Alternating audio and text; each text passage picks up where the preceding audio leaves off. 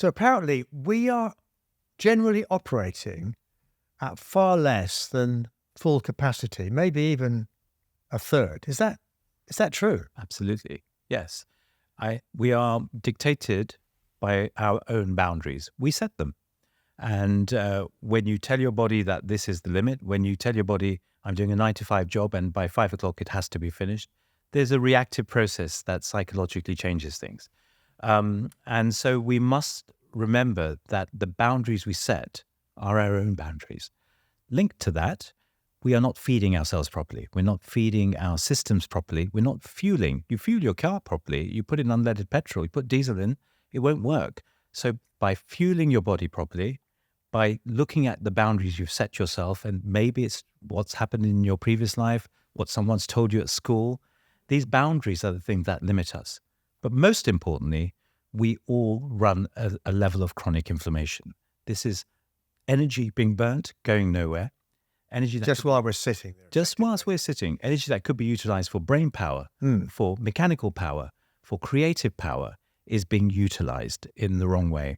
And by understanding fueling properly, mitigating against chronic inflammation, and changing our boundary proposal, we can operate at 300-400% of our current availability. And we're not talking about stressing people out and working them to death, are we? You're talking about an innate capability. Innate capability. Sort of running at a normal outward-looking pace, but achieving much more productivity. Yes. So we have to remember that pressure is one thing, stress is another.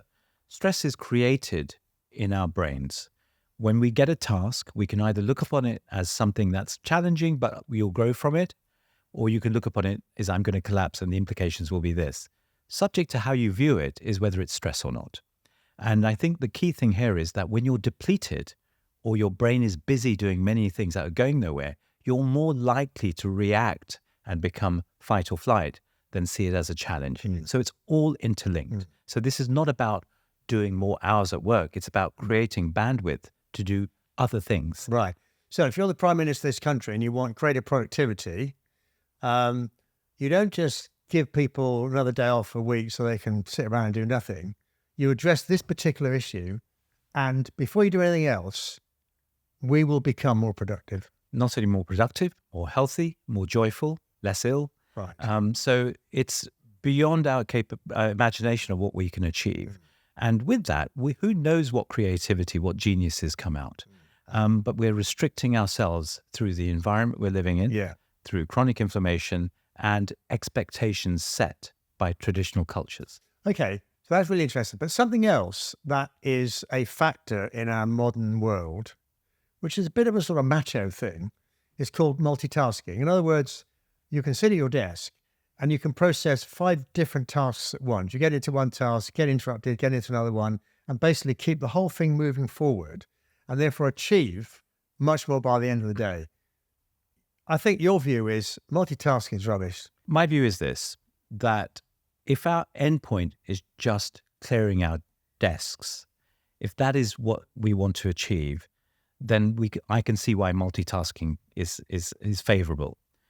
But actually, how does that leave you at the end of the day? You may have made a few mistakes in the process of doing multiple things at the same time. You haven't quite acknowledged what you're doing. You haven't reflected saying, I'm doing this every single day. Is it needed? Are you actually changing things because you're having time to reflect? So multitasking doesn't allow reflection. Let's look at it at a physiological level. Okay. When you do a task, your brain registers that task. It builds up energy towards getting into the momentum of that task. And then getting geared up. Geared up. Do it. There's a good way of putting it. And then you go into flow, where the body's able to assimilate that task and close it. When you multitask and you start that process, but then move into another, that goes into a brand new Control-Alt-Delete position. And effectively, you start from the beginning again, but you haven't closed the first one off. And then you could start again and start again. So this process of starting utilizes energy.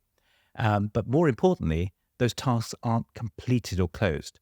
So I think we were talking about this before. It's like having different tabs open on your computer. They're all still there consuming resources, even though they're not actually being productive at that given moment.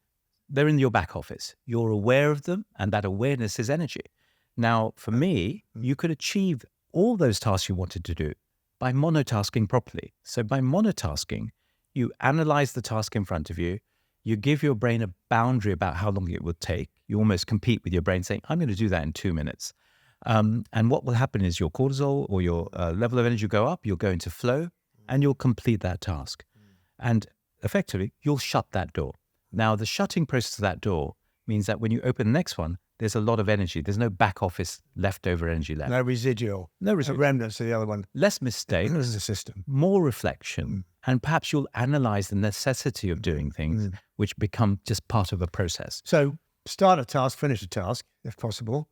And then... and time the task. Time the okay. task.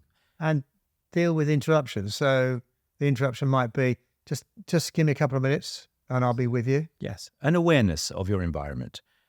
The other thing, of course, is by doing so, we conserve this energy, and it can add up to something like 35% more cerebral energy. And remember, your functionality is based on energy. So let's use it efficiently. And I think the thing about monotasking, if you analyze what you're doing, you're still doing all the tasks, but you're achieving closure. Now, the other thing is tasks are usually fight or flight. They are driven by the sympathetic nervous system. You focus on a task, an email, a challenging conversation, it's fight or flight.